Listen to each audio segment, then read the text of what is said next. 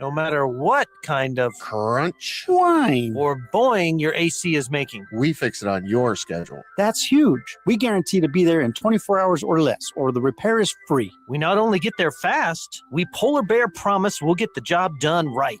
We believe you deserve fresh air free of humidity in every room of your home, and you should never hear crunch, whine, boing. If you do, call Alaskan AC, and we guarantee we'll be there in under 24 hours. If we don't make it, your repair will be free. No matter how big the crunch, boing, or whine. Wait, I thought I was whine. You're crunch. I'm crunch. You're boing. I don't think I'm boing. Gary's more of a boing than me. William is crunch. Schedule now and tell us who boing is. Only at AlaskanAC.com. AM 1060 KDUS Tempe Phoenix and KSLX HD2 Scottsdale Phoenix.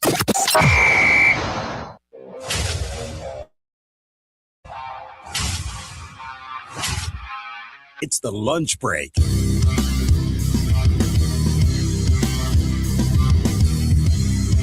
Thursday, May 7th, 2026.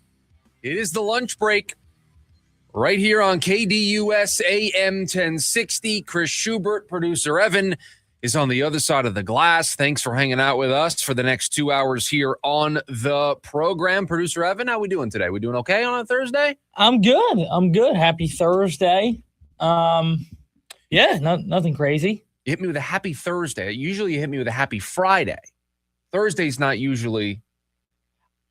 You look forward to the weekend. That's fair. But Thursday, you're knocking on the door of the weekend. Ringing the doorbell, maybe. Maybe even ringing the doorbell. But you're up on the porch. Oh, yeah, you're walking up the driveway. Yeah, I mean, you've arrived at the destination. And I feel like that's where we're at. So I just, Wednesday, you're probably like around the corner. You haven't gotten there yet. Correct. Thursday, you've pulled up. You're getting out. You've unloaded whatever stuff you're bringing to the party. And then tomorrow, we're opening the door because it's the weekend. We've arrived. I mean, we're basically there. We're there. I mean, we've got 4 hours till the weekend. And that's a great way to look at it. 4 hours until the weekend. The Diamondbacks are going to play a little bit later on this afternoon. Before they do that, let's talk about what happened last night. Because, that Paul Skenes guy, he's pretty good. Time for our top story of the day. It's the Daily Special. A 1-0 loss last night for the Arizona Diamondbacks, and all I can think about is, boy, am I glad this team won on Tuesday. Because exactly what we said yesterday happened. We said you feel good about winning on Tuesday because if you lose on Tuesday, it's a 5-game losing streak, and you have to go up against Paul Skenes. And that's a recipe for trouble. That's a recipe for disaster. And last night, Paul Skenes goes 8 scoreless innings, allows just 2 hits, 7 strikeouts through 97 pitches. I honestly was shocked that they did not let him go out there for the 9th inning to go for the complete game shutout. I mean, he was cruising in this game. But this is why you win on Tuesday. This is why you snap the losing streak in the first game of this series, because you just know this is a top 3 pitcher in the sport. This is a, when healthy, Cy Young candidate every single year. If a season starts and Paul Skenes is healthy, put him in the top 3 of Cy Young candidates. I mean, this is an ace. This is one of the best pitchers we've ever seen do this. I mean, producer Evan, I don't know if he said it off air to me yesterday or if he said it on air, but it was at some point yesterday. He was like, the dude has his own pitch, basically. They came up with a name for a pitch that he and he alone has. So you lose 1-0. Sometimes you just have to tip your cap and say, we're going up against the great one today. And it's going to be challenging. It's going to be tough. And the Diamondbacks last night went up against arguably the best pitcher in the sport right now, considering health. Now, we can get into the Diamondbacks' game plan last night, their approach at the plate, which I know there's going to be a lot made of it because they lost the game last night and they lost the game 1-0 and they were only able to get 2 hits over the course of the game. So it's going to be under a microscope today. I don't hate the approach. I don't hate the idea of being aggressive against somebody like Paul Skenes. I don't hate the idea of knowing I'm probably at best going to get one good one to hit. I'm really going to see one hittable pitch in an entire, and everything else is going to be nibbling at the corners. It's going to be dotting the corners, going to be dotting the edges of the zone. And I'm just going to throw my hands up. And the longer the at-bat goes, it feels like advantage Skenes because I got to account for basically everything. So I can understand why the approach is, listen, let's be aggressive against this guy. He's great. We know what he has to offer. You know you're not going to get a ton of great pitches to hit. You got to attack the ones that you find, right? You got to attack early. I don't mind that as a plan. But I will tell you this. When you run a plan like that, it is high risk, high reward. The reward is you can get after Paul Skenes and knock him out of the game. The risk is you have the type of at-bats the Diamondbacks had last night to where Paul Skenes is cruising through the first 5 innings. His pitch count is like I'm playing online in MLB The Show and I'm just taking hacks. And you feel like he could throw 14 innings last night with how he was cruising through the first 6+ innings of that game. I understand why the approach what it was, but when you have an approach like that, it is super high risk, it is super high reward, and last night you saw the high risk side of that type of approach. And I thought it was interesting too, and I wanted to ask you this. In the first inning, you have Perdomo see a 5-pitch at-bat. That starts the game for the D-backs, right? Then Ketel Marte comes up and gets a 9-pitch at-bat where he pops out to the catcher. And then it comes Corbin Carroll, lines or flies out to left field on the first pitch of the at-bat. So you saw 17 pitches, 16 pitches in that first inning. And from that point on, it was, now my mindset has changed a little. Yeah, we were being aggressive, but because Ketel sees a 9-pitch at-bat as the second batter of the game, now am I thinking about chasing Paul from a pitch count standpoint? Now am I thinking about seeing more? But that conversation immediately gets ended in the second inning when you go down on 8 pitches. Well, and Torrey mentioned it after the game that he was okay with the plan. He was okay with their quick at-bats against Skenes because he knew what the plan was going in. And as the manager, he's going to sign off on the approach. It's going to go through him. And he said we had some guys following the plan, some guys not following the plan. I don't think he said that specifically, but he said something along the lines of we were not all doing exactly what the plan said, and that kind of created a little bit of a disconnect. But I, again, on paper, don't necessarily mind the idea of trying to be aggressive against somebody like Paul Skenes. Because over the course of a 7, 8, 9 inning start from Paul Skenes, and we said to you yesterday, the baseline for Skenes is 7 scoreless. You just kind of expect that from him. So if you can chase him before that, that's a win. If you can get to him before that, that's a win. And last night he goes 8 scoreless, and I think probably could have gotten the final 3 outs if they really wanted to push it. If this was September and they needed the game and they needed him to get the final 3 outs, he would have been out there getting those final 3 outs. I don't hate the plan. Now, yes, because I'm seeing it on the YouTube chat, it didn't work. The plan didn't work. Just because the plan didn't work doesn't mean it was a bad plan. You have to dive deeper and look at the plan and say, was this flawed? And yes, it is somewhat flawed to sort of kind of play into the hands of a ace level pitcher like Paul Skenes because he's smart enough to see what they're doing. He's smart enough to see those at bats in the second inning and says, okay, they're being really aggressive. And now he's toying with you. And now you're playing the game. And I'm sorry, no matter what game you play against Paul Skenes, you're more than likely going to lose. And you come out in the 5th and he has 40 pitches. And you're in trouble there, right? And so I'm with you. No matter how you want to do this, Paul Skenes is the best pitcher in the world. Like, pick your poison. He'll throw you strikes if you start taking because he is that smart and he's a pitcher, right? He's not a thrower. He's a pitcher. And last night he dominated, which we've become really accustomed to see him do. 7 scoreless is what you think you're going to get. Last night he got them 8. And yeah, they pulled him with 93 pitches or something? 97 pitches he threw. 97 pitches? He could have come out for the 9th. Oh, absolutely. In fact, I was shocked when he didn't. I was shocked. I mean, even 97 pitches, I was floored that he didn't go out for the complete game for the ninth inning last night. I mean, he was dominant last night. I mean, he was absolutely dominant. And again, there's going to be a lot of debate today about the plan and about the approach that they had last night. But I understand why they decided to maybe zig when everybody else zags against Paul Skenes. Yeah, what's the difference, right? Like if you and I talked about yesterday as a loss continually over and over again, why not try something a little different to see if we can test our luck? This was Torrey after the game talking about the approach. Quote, "Not really, because I know what the plan was. So that's where he beat us. I know what our plan was today. We followed the plan, but we got a little mixed up. Some guys were trying to dig in and get into deep counts. So the plan was to get going early, not let him get into some secondary stuff." End quote. So you had, as Torrey just mentioned there, not everybody was on the same page last night on what they wanted to do. Some guys looked like they were trying to adjust. Some guys weren't. But overall, their plan was, we are going to try to get to this guy early. And hit the fastball. And hit the fastball, because we don't want to mess around with any of the secondary stuff, because we just don't feel like we're equipped to handle that.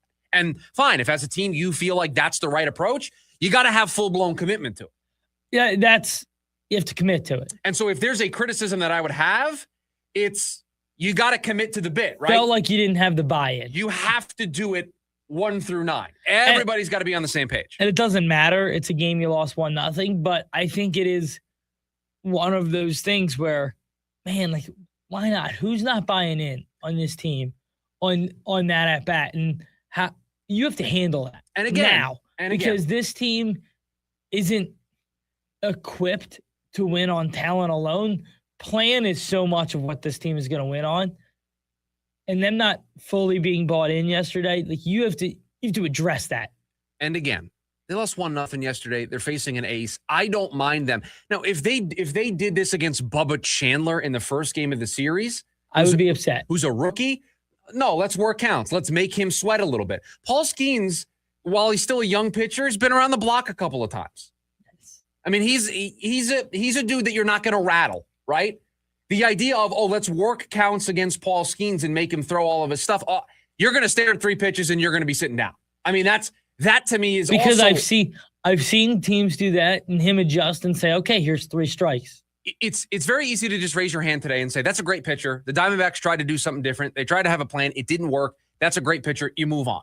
I don't think this is the approach the Diamondbacks want to have today against Mitch Keller. I was going to say, this is not going to be their approach all year. They looked at it as, we're facing an ace. We're facing one of the best pitchers in baseball. Let's try to get after him. Let's throw him a changeup. Right. Like so many people are trying to get deep into his count. What if we came out and swung? What if the first 3 or 4 batters of the game, we can attack early in the count and we can get runners on base. We can get him off his game right away. Let's see where that takes us. And with that offense, you feel like, hey, maybe 3 is good enough to win it on any given day. And you just got to get guys on base. You can't have 2 hits. If you go through with this plan, both of which in the 5th, you can't go 7 of his 8 innings without him seeing a base runner because he didn't walk anybody either. And so now he's in cruise control, and it doesn't matter what you do. It doesn't matter. It doesn't matter if you swing early in the count or you see a bunch of pitches. If you don't have a runner on in 7 of the 8 innings you face, you're not going to see that many pitches. Now, so much being made of the approach last night and Paul Skenes being great. I don't think that's the most important thing from the game last night. I think the most important thing is you got 6 1/3 great innings from Mike Soroka last night. I mean, 6 1/3, the 1 run. I mean, Diamondbacks lost this game 1-0. And by the way, a 1-0 loss hurts way more than if they would have gotten blown out last night. I can't really describe why I feel that way. But a 1-0 loss, you feel like you're still in the game even to your final outs, even though you only had 2 hits the whole game. You still feel like you're a bloop and a blast from winning the baseball game. And you feel like it's as soon as Gregory Soto comes out, you're like, and as 2 guys who have watched Gregory Soto, game's not over. Right, game's not over. Guys could be put on the base pass and we could get something going here, right? You still feel like you got a chance at 1-0. If you get blown out, you can write it off. Okay, didn't have it today. Bad start from the starter. Bullpen didn't do it. All right, we'll move on to tomorrow. 1-0. You're sitting there on the edge of your seat thinking, yes, Paul Skenes has been dominant. It is still 1-0. We can still win this game. We can still win the Paul Skenes start. It's almost, that's the reverse of the Tigers game. 100%. Home run in the first inning, nothing the rest of the game. The Diamondbacks have won a game that way this season. They've lost the game that way this season. To me, the most important thing that came out of last night's game is for 2 straight days now, we have been able to come in here and talk about the starting pitching not being a problem. We can talk about the starting pitching going deep into games. You got 7 innings from Erod 2 nights ago, and last night you got 6 1/3. You got 19 outs from your starter last night. The guy who's your number 5 starter, who last time out did not have it. That's the encouraging thing. That is the most important thing. Yeah, you hate losing a game, but we kind of told you that was the story going into it last night. Now you have a chance to win the series this afternoon. No harm, no foul. But most importantly, Mike Soroka looked good last night. I thought Mike Soroka looked great, and I feel really good about where he's at. And what if I told you this? Let me say before the year, before May 8th, you're going to face both Paul Skenes and Tarek Skubal.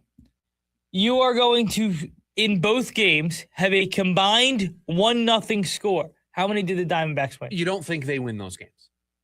They won. They split. They scored. I'll phrase it a different way. You tell me before the season, you're going to face Paul Skenes and Tarek Skubal. You're going to combine to score 1 run. How many of them do you win? You're not going to say they win a game. 0. It's a different way to frame it, but yeah, I think that's fair as well. They face Skubal, they face Skenes, they split those 2 games, and they scored 1 run in both. That's actually a win. I mean, you take that. You take that. In a vacuum, you take that. Right. You sign up for that, especially with the way the bats have been going right now. I mean, you just knew you weren't going to get the Skenes last night. Did the approach help? No, it didn't. Now, I don't think we come in here and complain about the approach if they get 3 hits early on in the game against Paul Skenes. If they lose this game 1-0, but they have base runners in the first couple of innings, I don't think the approach is as big of a talking point today as it is. And outside of game 1, it's not like the at-bats have been good. I don't mind them trying to change up their plan. Outside of game 1 of this series, I mean, they went into Chicago and in Milwaukee. They had feeble at-bats. Right. Let's try to do something different. Okay, this didn't work. We don't commit to this now. Let's try it. This approach didn't work. Let's go back to the drawing board and let's see what they do today. Correct. And I have no problem with them trying to chase Paul Skenes. If we can get, if we can sneak 1 across in the first, if we can try to get him, try to rattle him just a little bit. And I know this isn't a guy who gets rattled, but if you could have gotten, 1 or 2 hard hit balls, look what the Mets did on opening day, right? Like they were swinging early. Yeah. And they were able to get to him. That's the worst start he's had all season. Yeah. I mean, he's been excellent since that moment. So I don't mind them trying to see what they did. Yeah. And listen, it didn't work. You can be totally fine with, okay, it didn't work. Let's move on. Let's not try that again, right? And I have no problem with that, especially this early in the season when you have an offense that has been so up and down. I don't mind trying something. And again, as long as they were following what the plan was, we can just say, all right, that plan didn't work. Let's move on. I don't have any issue with them trying different things the way that they did last night. Now, again, it didn't work. You're facing Paul Skenes. You tip your cap. You move on. 480-864-1060 is the phone number for you to join us here today on the program. You can also chat away with us over on the KDUS AM 1060 YouTube live stream. When we come back, how worried should we be that Jacoby Brissett is still without a new deal? That's next, the lunch break, KDUS AM 1060. Every Friday from 5 to 6 p.m. is MMA Friday on the Sports Zoo with official UFC ranker Scott Lewis, brought to you by RTO Sullivan's, your home for every UFC event. The Sports Zoo is the only show in the Valley that gives you 1 full hour of MMA every week, featuring Scott Lewis's official UFC ranking changes, fight predictions for every weekly event, shocking MMA stories, and more. So tune in every Friday from 5 to 6 p.m. and then head to RTO Sullivan's every Saturday to watch the fights. Go to RTOSullivans.com for a location near you. Just call Sweet James at 1-800-9-million. Just call Sweet James, your accident attorney. Hurt in a crash? Call the attorney at Sweet James, 800-9-million, and sweetjames.com. This ain't pop. This ain't pretty. This is Southern hospitality. The Black Crows, Whiskey Myers, blues-soaked guitars, outlaw swagger. Rock and roll the way it was meant to be. Loud, raw, and real. The Southern Hospitality Tour. The Black Crows. Whiskey Myers. Saturday, August 15th. Mortgage Matchup Center. Tickets on sale now at livenation.com. America First Credit Union has everything you need to get your money working. And for a limited time, new members get a $150 cash bonus for opening a checking account and $200 more for enrolling in and using direct deposit. If you're ready to do more with your money and get up to $350 cash, head to americafirst.com and become a member today. Subject to membership eligibility, terms, creditworthiness, change, and conditions. Additional requirements may apply. Federally insured by NCUA. Equal Opportunity Lender. Is the crew on their way so we can fire up the grill? Cabrito, arrachera. They're gonna love it. Better go with birria and carne en su jugo. Classic Jalisco dishes with tradition. That seasoning is great, but Northern Mexican-style meat speaks for itself. Let's make both. Deal. And to boost the flavor, ice-cold Pepsi. Its sweetness pairs perfectly. And to go with it, flour tortillas. And corn ones too. Hey, carne asada deserves Pepsi. Meineke always treats your car like it's their own. With over 50 years of experience, Meineke's certified technicians will diagnose and fix any issue with precision and care. Schedule an appointment at Meineke.com. Trust your key with Meineke. Meineke, doing car care right. Jim Rome here with your Rome Report. Hey, Laker fan, regarding that whole no one thought we beat Houston either, so of course we have a shot at OKC thing. Sure you don't. Houston was playing without their Hall of Famer, who allegedly had already poisoned the locker room with his burner phone and his social media feed. No names mentioned, Kevin Durant. But these are the defending champs, and they have already smacked the Lakers 4 times this season. And after last night, you can go ahead and make it 5. And that was on a night where their soon-to-be back-to-back MVP, SGA, was off. Not that that mattered, and not that he's going to play that poorly again. Nobody on the Lakers, not named LeBron, did anything last night except for Jared Vanderbilt, who put his pinky on backwards. Gruesome, by the way. If the Lakers win even one game, they should hang a banner right next to the one they fly for winning Powder's in-season tourney a few years ago, because this series is already over. I'm Jim Rome. O'Reilly. Save money on your next full synthetic oil change at O'Reilly Auto Parts. Get a $15 O'Reilly gift card after rebate when you buy 5 quarts of Mobil 1 full synthetic motor oil for just $35.95. We can recommend all the oil change supplies you need. Shop your local O'Reilly Auto Parts store or O'ReillyAuto.com. O'Reilly Auto Parts. The U.S. Treasury just released its official financial report for 2025. Buried in it is a startling admission. By its own numbers, it appears the U.S. government is insolvent. When governments go this deep in debt, they print money, raise taxes, or cut benefits, none of which can help protect you. That's why people move part of their savings into physical gold and silver. Call Monetary Gold at 877-NOW-GOLD for their complimentary gold and silver guide. That's 877-NOW-GOLD. Call Monetary Gold now at 877-NOW-GOLD. Do it before the next headline, not after. Performance may vary. You should always consult your financial and tax professional.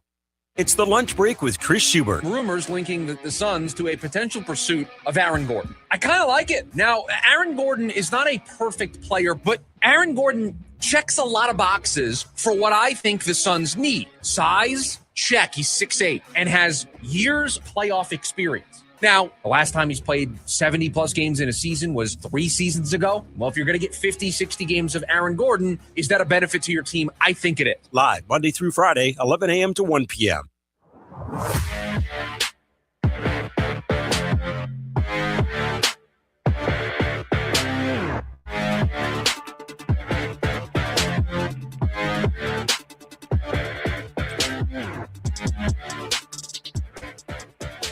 There's still a lot of time between now and the beginning of training camp. But there is still a question hovering over the Arizona Cardinals right now, and that is I don't want to say underreported, but it does feel like we haven't been talking a lot about Jacoby Brissett not showing up to offseason workouts because he wants a new contract. Like, that dropped in the middle of the lead up to the NFL draft. And then the Cardinals did what they did with the number 3 overall pick, taking Jeremiah Love. They took Carson Beck with pick number 65. We did our little song and dance with Aaron Rodgers last week, right? So it feels like that story's been kind of kicked to the back burner a little bit. It may be time to bring it front and center It may be time to revisit that because it is still a pending issue. Jacoby Brissett wants a new contract. He wants an extension. He wants a deal that accurately reflects his status as the starter of the Arizona Cardinals. Now, I think a very important subplot to all of this is the Cardinals have been allergic to the idea of naming a starter. It feels like they go out of their way to not name a QB1. Monty, LaFleur, they have been apprehensive, dare I say, to the idea of naming a QB1. Now, was that because they were leaving the door open for Ty Simpson? Was it because they were leaving the door open for Aaron Rodgers? Is it because perhaps they're leaving the door open for Carson Beck to win this job, as we've alluded to over the last couple of days? Or are they waiting to see how this contract situation settles before naming a QB1? I don't know. I just know they haven't named a starting quarterback. And I also know that they are in the middle of a dispute with Jacoby Brissett over his pay for 2026 and beyond. I think the place to start, though, is how worried should we be that this is still an issue? Now, I'm only 31 years old. I'm going to turn 32 in the summertime. So I haven't, been around the block a lot, but I've been doing this long enough. I've been watching sports long enough. I've been consuming the NFL long enough to know that the default position should be these types of issues normally work themselves out well in advance. Normally, Jacoby Brissett is going to have a new contract before we get anywhere close to preseason action, before we get anywhere close to training camp. I mean, how many examples? Le'Veon Bell? Hassan Reddick? Trey Hendrickson? I mean, there's not that many examples of this dragging on to Micah a point. Parsons. But Micah Parsons got traded. There was a resolution to it. You're saying the point of sitting out. I'm saying we get to the point of week one, we don't know if Jacoby Brissett is going to show up. Yeah, I mean, I can't think of more than those. The Hassan Reddick one being the most recent. Hassan Reddick and Le'Veon Bell, I think, are the two tentpole examples. This doesn't happen very often. So, probability speaking, they're going to get a deal done. So, 1 to 10 scale, my concern level is a 2, a 3. Now, it'll grow as we get closer, but just a reminder, it's May 7th. Sure, the Cardinals show up first to training camp, but if they don't sign a deal until the first day of training camp, what did Jacoby Brissett really miss? We're not talking about him missing anything serious right now between May 7th, which is today, and the beginning of training camp. He's not a rookie. He's not Carson Beck. He's not Fernando Mendoza, right? This isn't one of those situations where you want to sign your contract, you want to get in the building, you want to meet your coaches, you want to find out where the bathroom is, you want to know where your meeting rooms are, you want a copy of the playbook, you want to be out on the field working stuff. Jacoby Brissett, sure, he's got a new coach, a new offensive coordinator, it's going to be a new system, but to producer Evan's point, outside of Jeremiah Love, not a whole lot's different about this offense. Couple new starters on the offensive line, but mostly it's intact. And he started 11 games last year. So there's not that much urgency. Deadline spur action. There's not a deadline on this yet.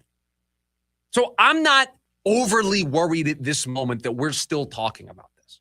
I'm not overly worried right now that this is still an issue. Now, Jacoby Brissett right now, I think, can make upwards to $9 million. He wants closer to the Kirk Cousins deal, the $20 million a season. Is that where the bridge is? Is that where the divide is between the two sides? Is it on the number of years that he wants?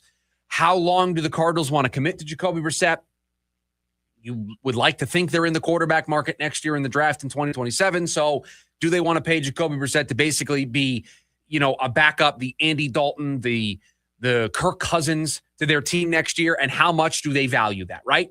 That's really the question here. Where is the divide between these two sides?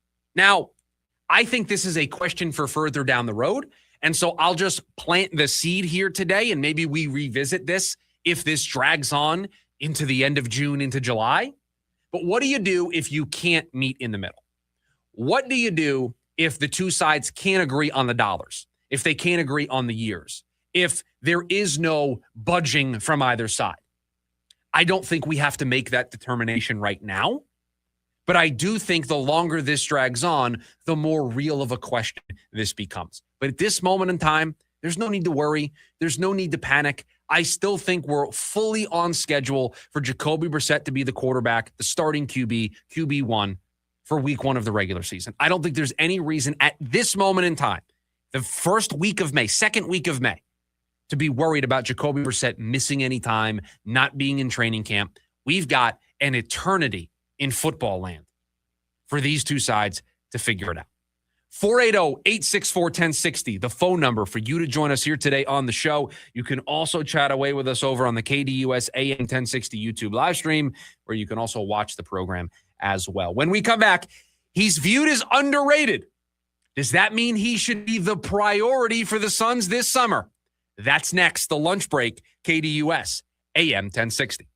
Join the Rooster this Friday for a special edition of MMA Friday live from RTO Sullivan's. Starting at 4:30 p.m. this Friday, join the Rooster as he breaks down this weekend's fights with official UFC ranker Scott Lewis. From fighter prospects, fighter histories, and the latest betting lines, Rooster has everything you need to know before the fights begin. A special edition of MMA Friday with Rooster from 4:30 to 5:45 p.m. leading up to ASU baseball this Friday right here on KDUS AM 1060.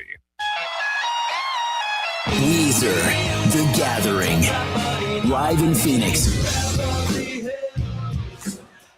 Playing at Mortgage Matchup Center October 20th with special guests, The Shins and Silver Sun Pickups. Get tickets now at livenation.com. 3 incredible bands for one night only. Weezer, The Shins, and Silver Sun Pickups. For more, visit Weezer.com.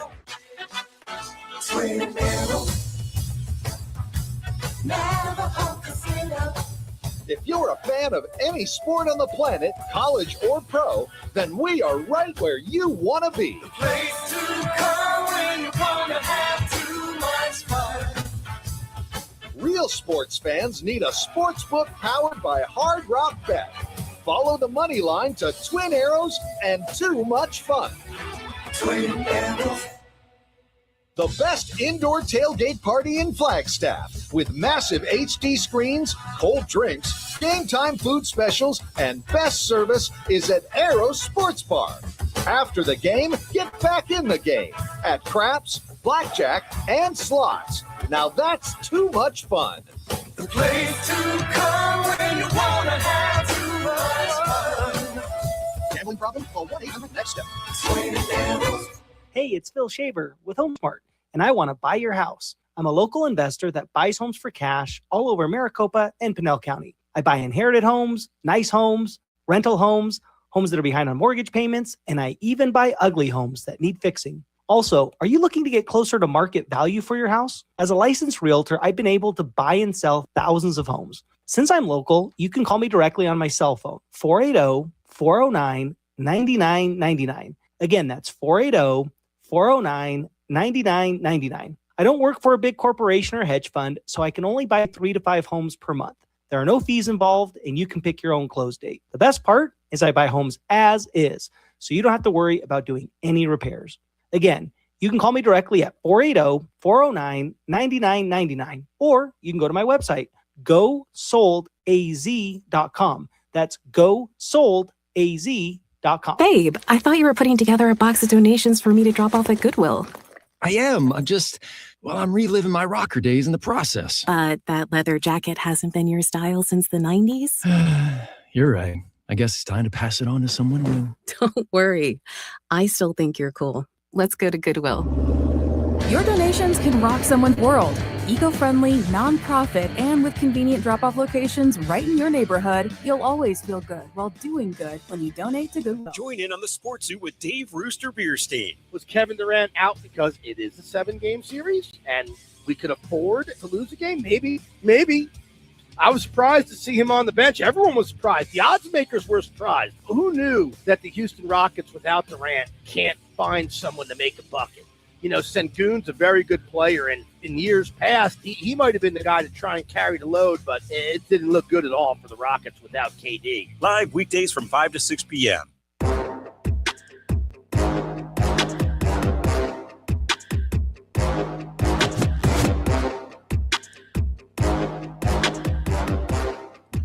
Don't say that the leftovers never bring us anything important.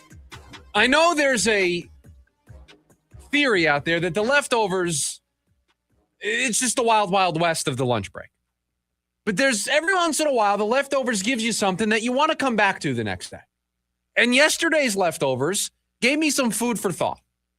Because it was producer Evan, who you couldn't see this because he didn't put his camera on the YouTube, but he just pointed at himself to give himself all the credit for this segment. And in fairness, this did come from a story that he brought to the table yesterday in the leftovers.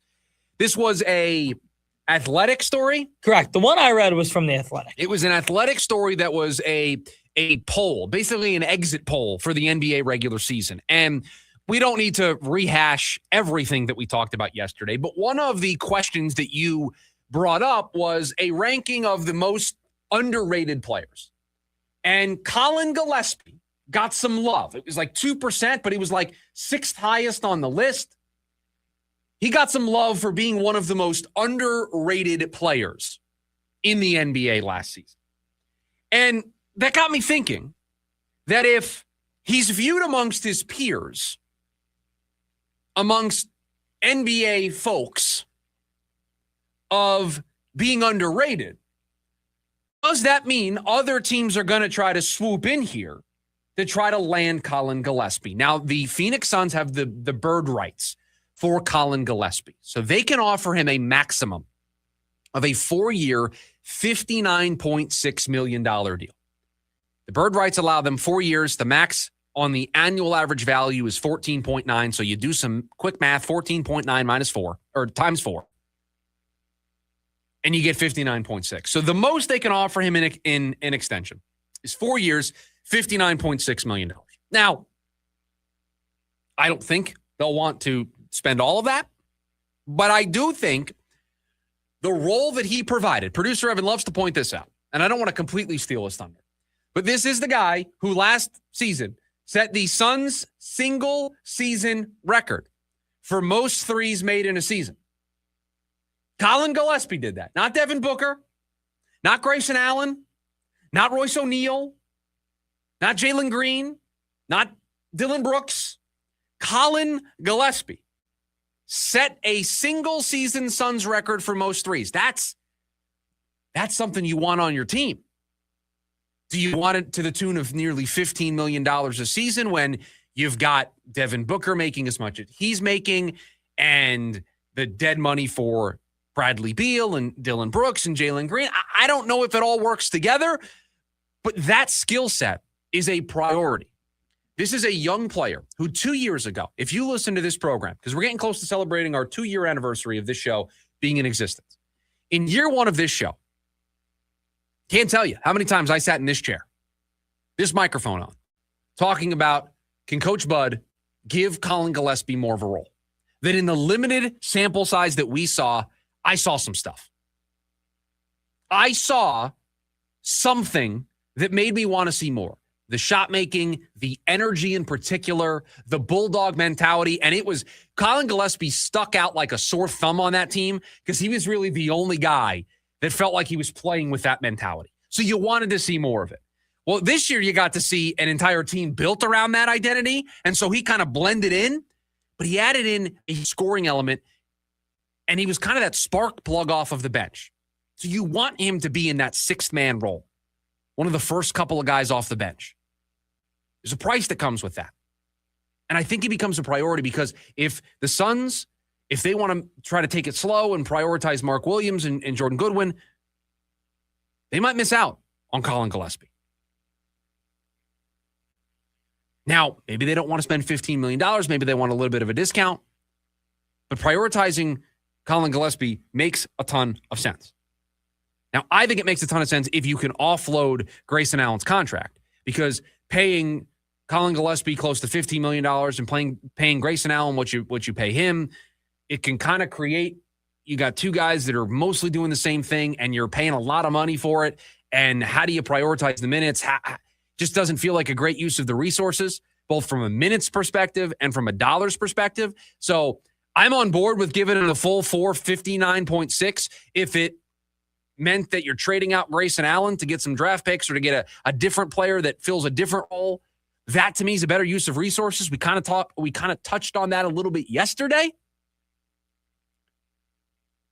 But if the rest of the league thinks that he's underrated, that means they're looking for an opportunity.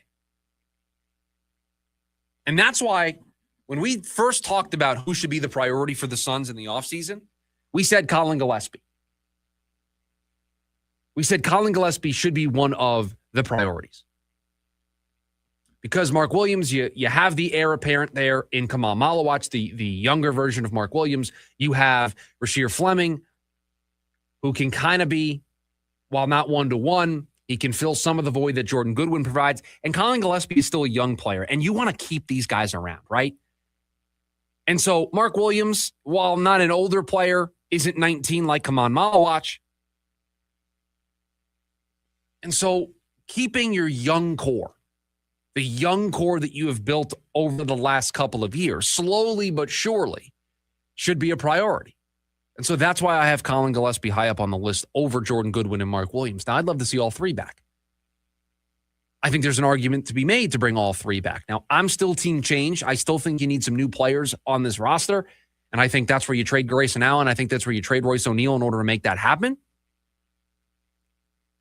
And just because I'm team change doesn't mean that I say no to bringing back guys that are, I think, impactful to what this team is trying to do. And I think Colin Gillespie is very impactful.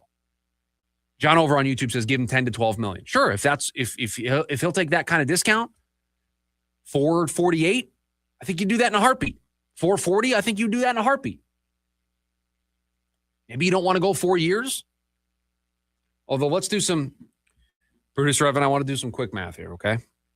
Let's do it. I'll break out the calculator. If Colin Gillespie signed a 4-year deal, that would be the 26-27 season, the 27-28 season, the 28-29 season, and the 29-30 season. Correct. So that would line up. It would put you on track. With all the other timelines that I think John Voida first pointed out, that everything kind of converges in 2030. In that same year. So if you gave Colin Gillespie a 4-year deal, if you maxed out, you can give him a maximum of 4 years, you can give him a maximum of $14.9 million a season. If you maxed out the deal, that does not mess with your timeline of 2030. Correct. So there is no harm in trying to lock Colin Gillespie up for as much as you are allowed to by the NBA CBA, which is 4 years, because you hold his bird rights. It would not hurt your current timeline that we've pointed out. And that money would expire just when Bradley Beal's money expires, when Devin Booker's contract expires. It would all match up. If I did the math correctly, which you did. Let's hope I did. There's no risk in doing this. And there's a benefit of a young player that we like, a young player that has a role on our team. And he's a role player, but he has his role and he does it really well. There's something for a team that has some of the financial handcuffs that the Suns currently have, locking guys in for a couple of years at a fixed cost, right? There's value to that. There's value to saying, okay, for the next 4 years, I know that I have this role filled by Colin Gillespie making this much money. And you can project out future years what your budget's going to look like, knowing that you have Colin Gillespie in the role at the money that you have him in. So I saw this yesterday, or producer Evan brought this up in the leftovers. He's an underrated player. If other players think this, if this is mentioned in a poll on The Athletic, you got to think there are teams around the league that see this. And so I would make him the priority. And I would have no issue going up to the 4 years, and maybe you look for a little bit of a team-friendly deal, but it doesn't mess with your timeline, and you get to keep a player that I think is really important to what you do. Now, if you're going to keep Grayson Allen and Colin Gillespie, I think you're going to have some issues of figuring out what those two guys do and how you allocate those minutes. And so I think if you're going to keep Gillespie, you should probably look for a Grayson Allen trade. But maybe there's a world where they bring both of those guys back. But either way, I think Gillespie should be a priority here this offseason. 480-864-1060, the phone number for you to join us here today on the program. To take a note Thursday, we got a lot, I think. If my memory serves correctly, I think there's a lot of taking notes that we're going to be able to close the book on here today, and we'll add whatever new ones that we want to add to the ledger. We'll do it next. To take a note Thursday on the lunch break, KDUS, AM 1060. Another weekend of ASU baseball starts right here on KDUS AM 1060. Join the Sun Devils this Friday as they get ready to take on Oklahoma State. Head coach Lee Bloomquist is more than ready to lead his team to another series opening win. Join the voice of the Sun Devils, Tim Healy, live. It's ASU versus Oklahoma State this Friday night. Pregame at 5:45 p.m. and first pitch at 6:05 right here on KDUS AM 1060. Online at KDUS.com and the KDUS app. The Gorillas, live in Phoenix. The Mountain Tour 2026. Performing at Mortgage Matchup Center, Friday, October 23rd. With special guests, Little Sims and Deltron 3030. Get ready to feel good all over again. The new album, The Mountain, is out now. Get tickets now at livenation.com. Big fat news. Del yeah. Big Fat Tacos are back at Del Taco. Get these toasty flatbread tacos with seasoned beef, grilled chicken, or carne asada steak. Right now, grab 2 grilled chicken Big Fat Tacos for just $6 small. Need a little something extra? For a limited time, score Del's classic snack tacos with seasoned beef and fresh house grated cheddar for just 59 cents each. Only at Del Taco. Price and participation may vary. Hello? Hey, sis. Got a sec? Yeah, what's up? Take a look at the picture I just sent you. I'm walking into Hellsburg and want to get Mom something special for Mother's Day. Yeah, she's done so much for us this year. Let's see. Diamond pendant. Oh, she'd love this. Great. I'll get this, which means you're in charge of flowers. Okay, deal. This Mother's Day, save up to 50% on timeless gifts for Mom. Shop at a store near you or at Hellsburg.com. When I was a kid, my dream wasn't a mansion. It wasn't a yacht.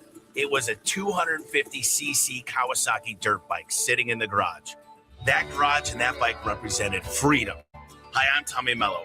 At A1 Garage Door Service, we know your garage holds more than tools. It holds dreams. From repairs to upgrades, call A1 Garage Door Service today or schedule online at a1garage.com. A1 from day one. Every Friday from 5 to 6 p.m. is MMA Friday on the Sports Zoo with official UFC ranker Scott Lewis, brought to you by RTO Sullivan's, your home for every UFC event. The Sports Zoo is the only show in the Valley that gives you 1 full hour of MMA every week, featuring Scott Lewis's official UFC ranking changes, fight predictions for every weekly event, shocking MMA stories, and more. So tune in every Friday from 5 to 6 p.m. and then head to RTO Sullivan's every Saturday to watch the fights. Go to RTOSullivans.com for a location near you.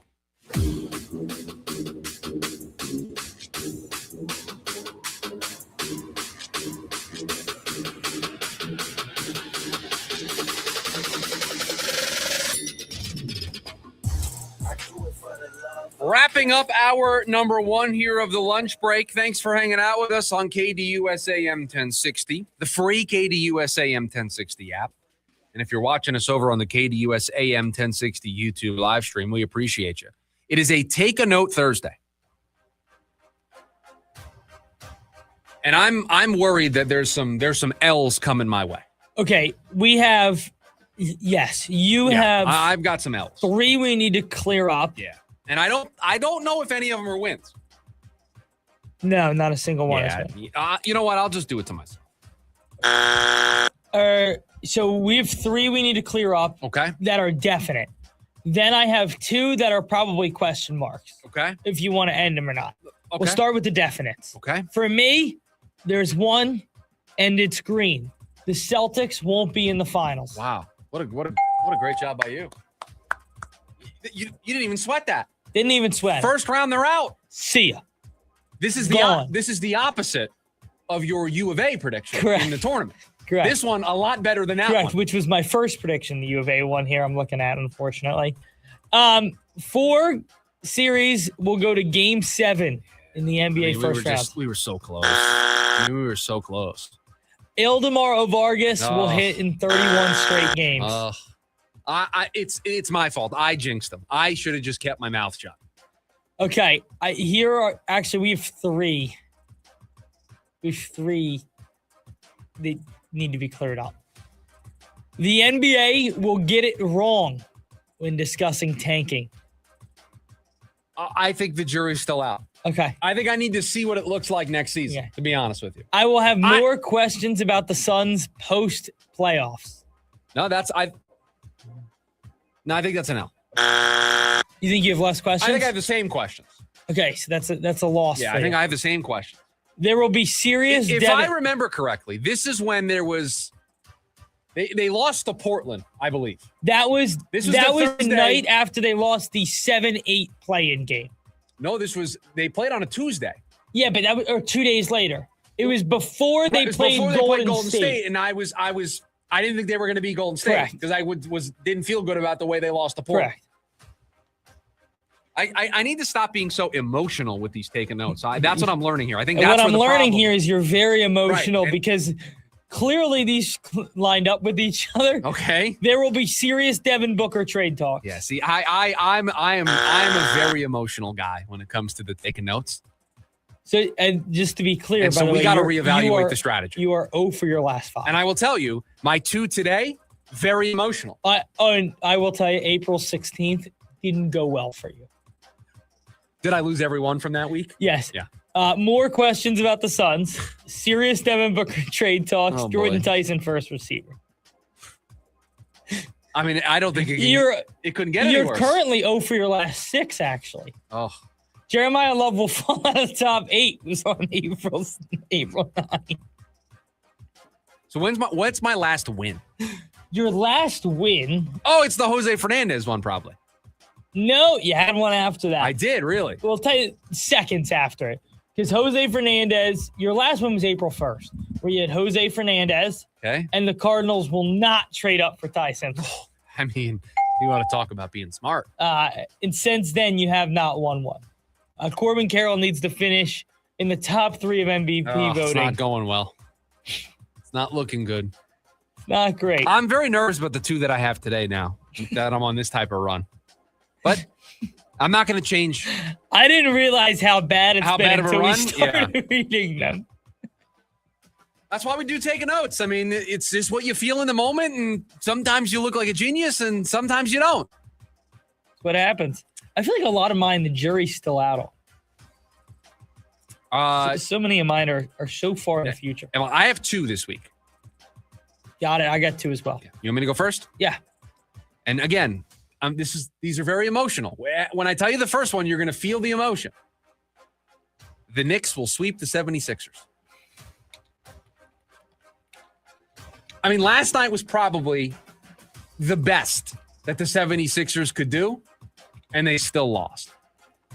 I knew that was coming. So I'll take what a homer pick. I'll take the Knicks in a sweep. Randy Bennett will make the tournament in year 1. You're joking. No. I have an ASU basketball tournament one. There is no way. My second one is it because of Graham Rossini's quote today? No, it is because the NCAA expanded the tournament to 76 teams, and Randy Bennett got introduced today, so I wanted to have an ASU one in there. Do you want mine? Yes. ASU basketball makes the NCAA tournament next season. Okay, we have the same one. You gotta be kidding me.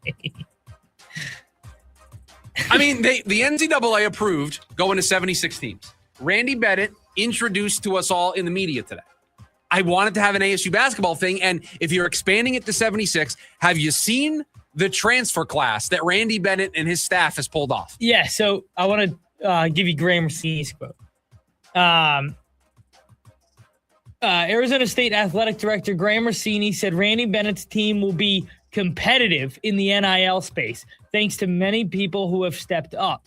However, Rossini doesn't believe that the NIL should be ASU's biggest selling point. He used examples like Jordan Tyson, Kenzie Brown, and Cole Carlone as athletes who have gone somewhere for more money, or athletes who could have gone somewhere for more money, but stayed at ASU. He brought the Australian pipeline with him. One of the guys they brought in was from Australia. I think they're gonna be good. I'm looking forward to it. I have more excitement about an ASU basketball season than I've had in a really long time. Yeah, I think that's very fair. I think you should. I think the team's going to be better. Expanded field, 76 teams. ASU basketball makes the tournament next year. And that's all Randy Bennett does is win. So, yeah, all he does is win. Eduardo Rodriguez. Oh, this is dangerous. 2026 Major League Baseball All-Star. Oh, I thought you were going a step further than that. Cy Young. And I was going to cut the music. I mean, that was going to be a drastic, the entire segment halts. Well, every team gets a representative. Who else is going to represent the Diamondbacks right now? I mean, Paul Sewald might. I mean, he's been really good. That's true. They're going to be around 500 team, above 500 with like one representative, and it's going to be a reliever. How embarrassing is that going to be? That's like when the Phillies used to lose 100 games every year, we would just send Ken Giles. It was like, Ken Giles is the Phillies All-Star. I mean, Corbin Carroll could still get in. Yeah. No, he could. Ildemaro Vargas. There could be a push. Oh, they have to put him in. I mean, he was the National League Player of the Month for April. They have to put him in. If he's hitting over 300, you have to put him in. We're going to talk about Ildemaro Vargas in hour number 2 of the program. The segment's not about him, but it includes him. And he's in the lineup today, I think. I saw the lineup earlier. He needs to be in the lineup every day. Well, we'll get to that. We'll get to the decisions that the Diamondbacks are going to have to make here in the coming days. No Gabby Moreno in the lineup today. No Lourdes Gurriel Jr. in the lineup today. And no Nolan Arenado in the lineup today. Are those, you think, scheduled off days because it's day game? Torrey met with the media pregame, and he mentioned Gabby Moreno coming off of an injury. Correct. Catching a day game after a night game. Like, that's a no. I don't think that's going to happen for a while. That's a no-no when you're healthy. Like, yes. when you're 100%, you don't catch a day game after a night game. So I didn't expect Gabby to play today. He kind of was like, hey, reminder, wait, Lourdes Gurriel tore his ACL 8 months ago. So we're going to pump the brakes on playing him every day. Injury scheduled. I didn't pay attention to this. Okay. Erod's great start. That was Monday or Tuesday? That was Tuesday. Tuesday? Who caught? You've got, you're going to look for the James McCann thing? You've got Moreno caught him. I was just going to say, you have like 15 seconds to find out the Moreno answer. caught him. It was not James McCann. Interesting. Got buy or sell coming up in hour number 2. Thanks for hanging out with us. This is the lunch break. KDUS, AM 1060.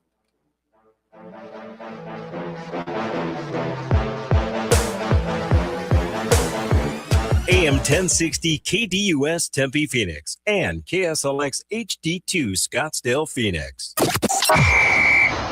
I'm John Morgan of Morgan & Morgan. If you've been injured in a car accident, call America's largest injury law firm. For over 35 years, my mission has been to deliver more for our clients, to deliver more for you. If you or anyone in your family has been injured in a car accident, call us now, as the time to file a claim may be limited. Last year, more clients hired Morgan & Morgan than ever before, protecting America, fighting for you. Morgan & Morgan. Injured? Dial pound law. Morgan & Morgan, forthepeople.com. Arizona lawyer will handle Arizona cases. Prior results do not guarantee a similar outcome. Get ready for a night of rock with the Gene Simmons Band. You know your man is working hard. Saturday, August 22nd, 8 p.m. The Salt River Grand Ballroom at Talking Stick Resort. The Gene Simmons Band performing your favorite classic hits. Reserve seats on sale now at Ticketmaster. Don't miss the Gene Simmons Band. Hey, I'm John Ray, your friend and jeweler at Shane Company. An engagement ring might be one of life's biggest purchases. That's why our rings come with an all-inclusive free lifetime warranty that gives you peace of mind without any fine print. How can we offer such an incredible warranty? We take pride in crafting our rings with care and stand behind our quality craftsmanship. After all, this is a family heirloom you'll own forever. Bring in your ring for cleaning, resizing, and repairs anytime you want. We'll make sure it's as sparkly and secure as the day you bought it, fixing prongs, replacing side stones, and so much more. This type of maintenance could cost you $2,000 or more somewhere else. Under our warranty, it's all free. We even protect your diamond. Other warranties don't. Our rings are crafted to last. But in the rare case you lose your diamond, we'll replace it. At Shane Company, your engagement ring purchase isn't just a one-time transaction. We're here to be your jeweler for life, because a friend always has your back. Come by to learn more in store or visit shaneco.com. Shane Company, your friend and jeweler. If you're a pro, you know you need paint and primer fast, and the Home Depot has you covered with same-day or next-day deliveries so you can stay on site and on schedule. Get high-quality Behr paints and Kills primers delivered right to your job site. And with the Home Depot app, reordering is faster than ever. Just pick your paint, track your order, and get your go-to color in no time. No delays, no extra trips, just the paint and primer you need when you need it. The Home Depot, how pros get more done. Limitations may apply, not available in all markets. See store for details. Try the turkey, bacon, and avocado at Port of Subs. Fresh, craveable, and loaded with flavor. Order now at portofsubs.com. Slice fresh sandwiches, Port of Subs. AM 1060 KDUS Tempe Phoenix and KSLX HD2 Scottsdale Phoenix.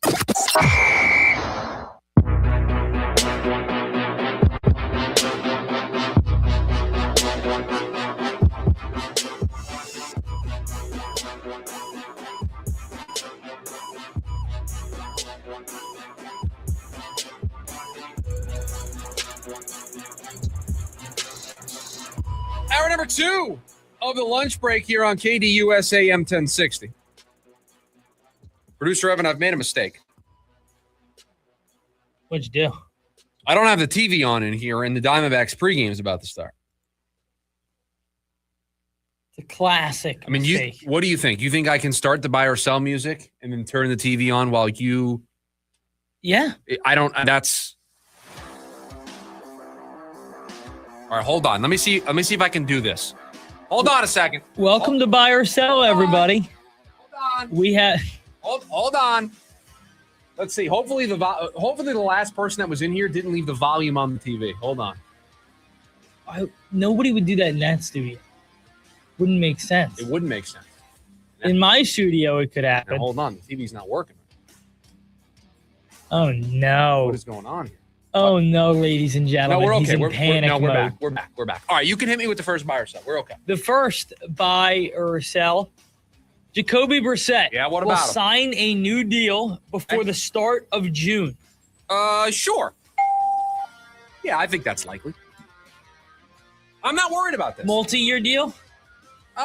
Or do they give him the old Trey Hendrickson? They just give him a raise? They give him a raise, and they add 1 year onto the deal. Okay.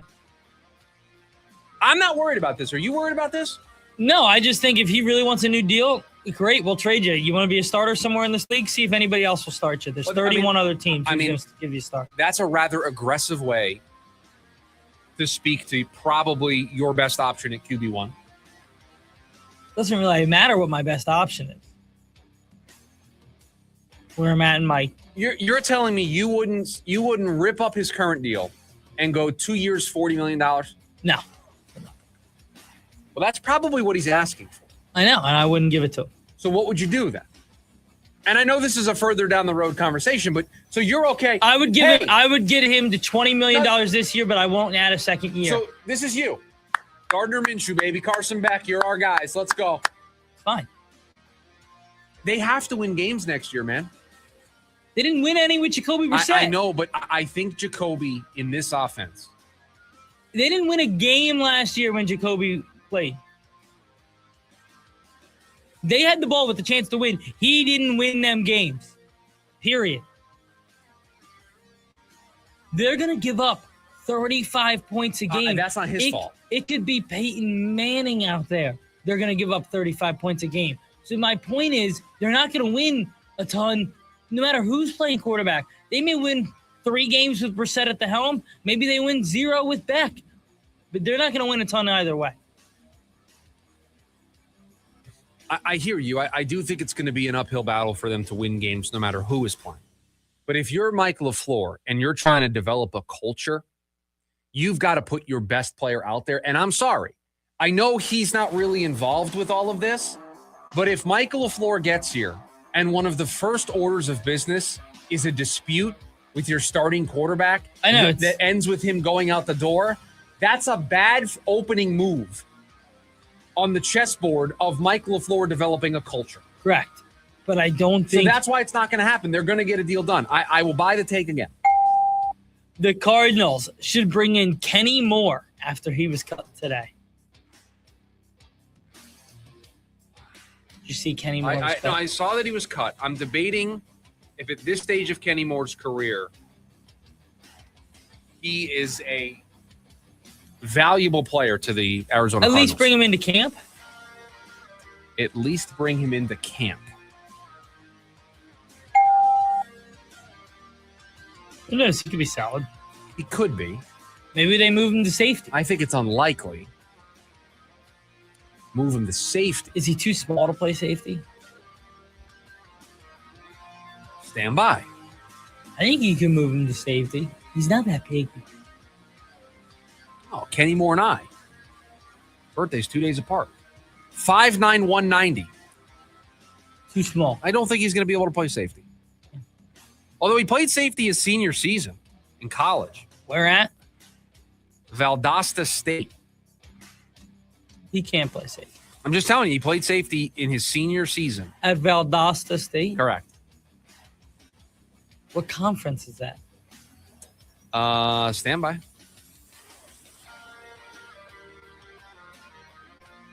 That is part of the Gulf South Conference.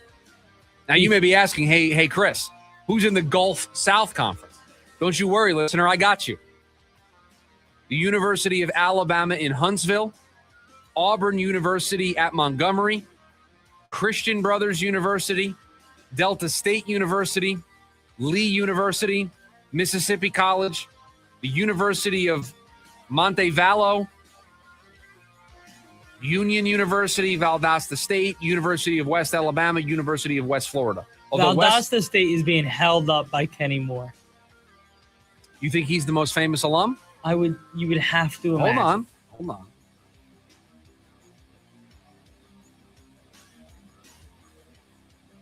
Hal Mummy coached there for 6 years. It was 37, 22, and 2. Really? I'm just reading what the Wikipedia page has for me. Can I get But he's not an alumni? Who? I'm trying to look at famous alumni. Alum, yeah. Two notable alum. Jesse Tuggle, a linebacker who played with the Falcons from 87 to 2000, and Chris Hatcher. Hatcher was 68-10 as the head. Oh, this was as the head coach. That's it. That's all I got for you. Sounds like it's a really well-run program. I mean, they have 4 claimed national championships: 04, 07, 2012, and 2018. Their all-time record is 352, 143, and 4. 709 winning percentage. Wow. So they're UCF. They're claiming the national championship. They have 4 Division II national championships. Oh, 4 Division II. Got it. Yep. Got it. Anyway, Cardinals should bring in Kenny Moore. He's probably not big enough to play safety is really what I got from him. That's how we got there. That's how we got to looking up Valdosta State. That is how we got there. This show really sometimes is off the walls. It is off the walls. The D-backs will get another good outing tonight from a starter in Zach Gallen. It's going to be this afternoon because they play in 30 minutes. But I understand the overall point that you're making. Will they go 3 in a row? They will. I knew you'd buy this. That's my guy. That's your guy. That's my guy. Zach Gallen and you. There are currently 2 members. I mean, your baseball knowledge is so tied to Zach Gallen. There are 2 pitchers for the Diamondbacks that at this current moment in time, I can't quit. One of which, it's looking like a fantastic bet. The Juan Murillo bet looks like a great bet by me because he's been great this season. Zach Allen is the other one. I won't get off the bandwagon. Not yet. No, and I don't think you can. At this point, I might as well ride it out. Yeah, you're on it now. What's the worst that could happen now? Really nothing. Right. So we're in. Let's ride, Zach. Let's ride, baby. I got the TV working in here. Got the pregame on. Both. Look at this. Look at this. I turn on the television screen to open up the pregame. My childhood best friend is on the TV right now. What? On the pregame show. Yeah. Didn't know he was going to be on TV today. What's he do? He works for MLB Pipeline. Really? Yeah, and he lives here. I've known him since 4th grade. Didn't know he was going to be on the broadcast, and there he is today. He's been on the broadcast before. And he works for MLB Pipeline. Yeah, he's been on the broadcast before. I just didn't know he was going to be on it today. Ryan Walchman. Oh, you want to talk to a guy who loves Ryan Walchman? You talk to my good friend Jesse Borg. That's awesome. Yeah, that's awesome. I should text him. I don't know if he's got his phone near him. Not right this second. I don't have my phone near me, so it's going to be a little challenging. What's his number? All right. No, nobody else call him right now. No, just kidding. Continue. He's going over the prospects right now. So there may be some Ryan Walchman love in here. Some Cole Drake, love. Some Mitch Bratt love, perhaps. Did we get him some love? Right Probably now, not Cole Drake. Right now, Kason Cunningham is who they're referencing, and he's having a really good start to the year. He is. Both ASU first-round picks will be Pro Bowlers in their first 3 years, at least once. I mean, it's going to be hard for Maxi Hanator to be a Pro Bowl. Yeah. Jordan Tyson, I think, can be a Pro Bowl. 100%. It's harder for offensive linemen. There's so many of them. Especially with how they do it now. Where you're just kind of lumped together. And you play flag. Well, although Tyler Huntley's been a Pro Bowler, Shedeur Sanders has been a Pro Bowler, Joe Flacco's been a Pro Bowler. All of those guys play quarterback, though, which is a huge issue. All of them play quarterback in the same division. All I'm saying is that there's a world where if a bunch of guys drop out, Max could get in there. I would love to see that. Can you imagine how good that would be for the program? Be great. By the way, yesterday. Okay. So I was driving with my girlfriend in Tempe, and I was gonna cut through the parking lots for the stadium. Bad move. New facility going up. You can't go there. Yeah. I was like, oh my God, there it is. It's gonna be glorious. Way to be in tune with the program. Way to understand what's going on. I'm very in tune with the program. But I was so pumped up and no, watch this little back route I'm gonna take over here. Because they got all those new restaurants over there now. Right. On the other side. Yes. They got a Blanco, a North Italia. Right across the street from the softball field. Yes. And yeah. A lot of changes going on in Tempe. Ton of construction, by the way. Just a side note I have for you. Are you saying avoid Tempe? Is that what you're saying? No, I'm saying new facility going up, playoff team next year, national championship, 5 years. Could you imagine if both football and men's basketball make the playoffs next year? City's going to be on fire. Yeah. It's going to be a lot of buzz and a lot of excitement if Coach Bennett and Kenny Dillingham can pull it off.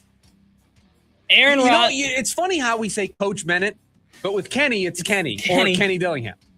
And that's not disrespectful. It's always just been that way. That just feels like the way but we I refer gotta tell to him. you, with Kenny, I've only ever called him Coach, when in passing or seeing him. It would be weird for us to on the program say Coach Dillingham. Now, if we had Kenny on the show, we would call him Coach. I would say Coach when I first. I was gonna say talking to him. Yeah. I think I would only say Coach. So I'm gonna make it a point. We're gonna say Randy Bennett and Kenny Dillingham. Do you think it's for Kenny? Kenny Dillingham. It's because he's so personality driven. His personality he's going live on Instagram. His personality kind of, in a good way, kind of removes the coach label. Correct. Yeah. It just, it's Kenny Dillingham. Him. Yeah. Kenny being Kenny. Right? Like he's jumping around with the students. Like those things take the coach. And again, his connection. In a very good way. His connection to the program because he went here, again, changes the connection that I think people want to have with him. Yes. Aaron Rodgers will play week 1. I don't care. I don't. Who cares? I don't care. We'll play week 1 for the Steelers. Yes, he will. Thank goodness that he's not going to be the starter here so that I don't have to deal. Are we sure about that? He's just meeting with them. Positive. Take a note. Aaron Rodgers will start week 1 for the Pittsburgh Steelers. You want to add it to the list? Go ahead. If anything, it's my. Well, if you're not going to add it, I'll add it. No, I want it. I'll take the free win. You're the one that just said to me, are you sure about that? Because I was kidding. But obviously, he's going to play week 1. That's all I got for you. For the Steelers. For the Steelers. What a weird edition of Buy or Sell that was. Going down I just looked back at my computer. Valdosta State still up there. Kenny Moore. Going to have 2 picks this year for the Cardinals. Kenny Moore. 480-864-1060, the phone number for you to join us here today on the program. You can also chat away with us, the KDUS AM 1060 YouTube live stream. When we come back, the Diamondbacks, they are about to have themselves a roster crunch. How do they solve it? That's next, the lunch break, KDUS AM 1060. It's the NASCAR Cup Series Go Bowling at the Glen event at Watkins Glen International. The NASCAR Cup Series. Field works their way 2 by 2. They bunch together in the middle of the tri-oval. Heads to New York. Oh, we got trouble. One car has spun. It's the second spot. Lots of white smoke. It was Eric Jones. For a Mother's Day trip around the Glen. Side by side. Oh, Ryan Priest will break loose. They're crashing mid-pack. Carson Hocevar will come to the line. It's the Go Bowling at the Glen. This Sunday, 11 a.m. on KECG 1440 and the KDUS 1060 app. Hey, everybody, it's John Holmberg here from the Morning Sickness, chilling away for Lifted Trucks. So I got my 2024 Bronco from Lifted Trucks, and I knew it looked great. But the other day I was at a brewery just sitting there minding my own business, and a guy actually got up from the bar, walks over and says, "Hey, whose Bronco's out in the parking lot?" And I'm like, "Oh, that's mine. What's going on?" He goes, "I got to tell you, that's the best looking car I've ever seen." Nice little ego boost. Here's the best part. It was parked right next to a very fancy and incredibly expensive sports car. That Bronco from Lifted Trucks was stealing all the attention, and I love it. Now my dad's in on it too. He liked mine so much, he went and got one from Lifted Trucks himself. His is all black. It looks tough. It's amazing. And I'm starting to think maybe now I have the second coolest Bronco on the road. That's what Lifted Trucks does. They don't just sell vehicles. They build something that stands out. You pay for it. You might as well have it look great. Something people notice. Work hard, play hard, drive harder. Check them out at liftedtrucks.com. See what they can do for you, because if you're going to drive something, it might as well turn heads. For over 50 years, they redefined rock. The spirit lives on. Monday warrior, mean strike. Today's Tom Sawyer, mean pride. Geddy Lee and Alex Lifeson celebrate 50 years of Rush. 50-something tour, December 1st and 3rd, 2026, Desert Diamond Arena. Tickets are on sale now at rush.com. Legends don't stop. They evolve. Rush. To 15-year-old Harper, buying an $80 vintage rock t-shirt is a great investment. To Harper's mom, this logic has a few holes in it. So she helped Harper open a Wells Fargo Clear Access banking account. With no overdraft fees and tools to track spending, Harper's learning, one heavy metal tee at a time. However you make money work, Wells Fargo can work with that. Terms apply. Visit wellsfargo.com/deposit disclosures for fees and details. I'm Dan Patrick, and this is Above the Noise. For the baseball purists, many of the sport's recent changes have felt more frustrating than refreshing. The broader efforts to modernize the game have not exactly been embraced by everybody. But here is the important part. The changes were never really designed for the purist. Major League Baseball already knows its core audience is invested. The lifelong fans, the traditionalists, were never the demographic in danger of walking away. Traditionalists, like it or not, The strategy appears to be working with the modern sports fan. Nationally exclusive baseball games through the first weekend of May are averaging 2.28 million viewers, a 44% increase over last year, and the league's best start in 9 years. Much of the past 2 decades, baseball has often felt like it was slowly losing ground to the other sports. But growth like this suggests baseball may finally be finding its way to reconnect with a broader audience. I'm Dan Patrick, and this is Above the Noise. When money's tight and you're behind, it can be tough to play catch-up. But Liberty Mutual can help you make a comeback, a fourth-quarter go-ahead drive, if you will. Liberty Mutual is clutch by customizing your car and home insurance to save you money, especially when you bundle. It's insurance built for real people with a team that works hard to help keep more of what matters most in your pocket, money. Liberty, liberty, liberty, liberty. Get a quote at libertymutual.com or with your local independent agent, libertymutual.com. It's the start of official grilling season, so get outside and fire up the grills with Heartland Steakco, known for its high-quality meat, unbeatable freshness, and a family-style commitment to care. At Heartland Steakco, you're getting premium Midwestern meats, hand-cut, hand-picked, and delivered straight to your door. Ordering is easy at heartlandsteakco.com. And right now, when you spend $175 or more, you'll get 8 free steak patties with promo code PATTIES at heartlandsteakco.com. Taste the Heartland difference.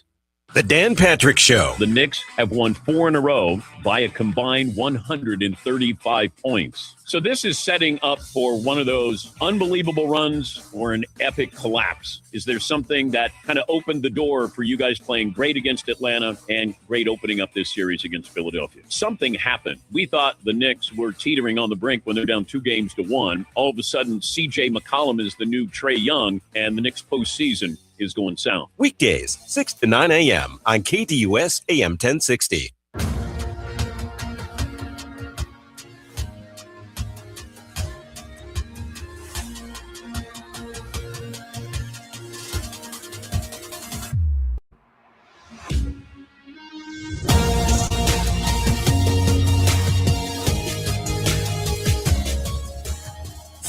Minutes or so, the Diamondbacks will get underway.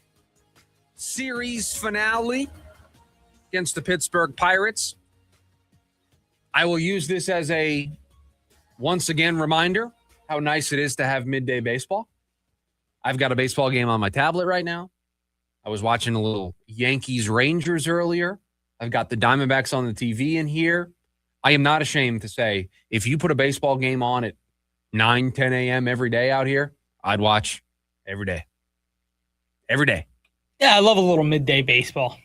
I got that one on. I got Twins just hit a double, tie it up in Washington. Right, so you've got that covered. Twins Nationals. That's the game I wanted to tune in. You want to talk about a game you drop everything. You love baseball. You love baseball if you're watching that. And then you also have Cubs Reds. Cubs lead that one. Cubs with a walk-off walk last night. Cubs with 3 consecutive walk-offs. I think they've won 15 in a row at Wrigley. Yeah. They walked off with a walk last night. And earlier in the at-bat, Michael Busch was who ended up getting the walk. But earlier in the at-bat, he wanted to challenge a pitch. And the 3-0 pitch did not challenge because he didn't get it in time. Didn't get it in time, and Craig Counsell lost it. And then the next pitch was inside for ball 4. They almost hit him. They walked it off anyway. Yeah, it did almost hit him. By the way, there is nothing more fun because I've been tuning into that series. It's like at the Midwest time where it comes on right before the Diamondbacks and is right after the East Coast game. So like the Phillies will finish, I'll have that hour in between or that 40 minutes in between, and I can catch the end of Reds Cubs. When the wind is blowing out at Wrigley. It's the wild, wild west. I mean, anything can happen. It is so fun.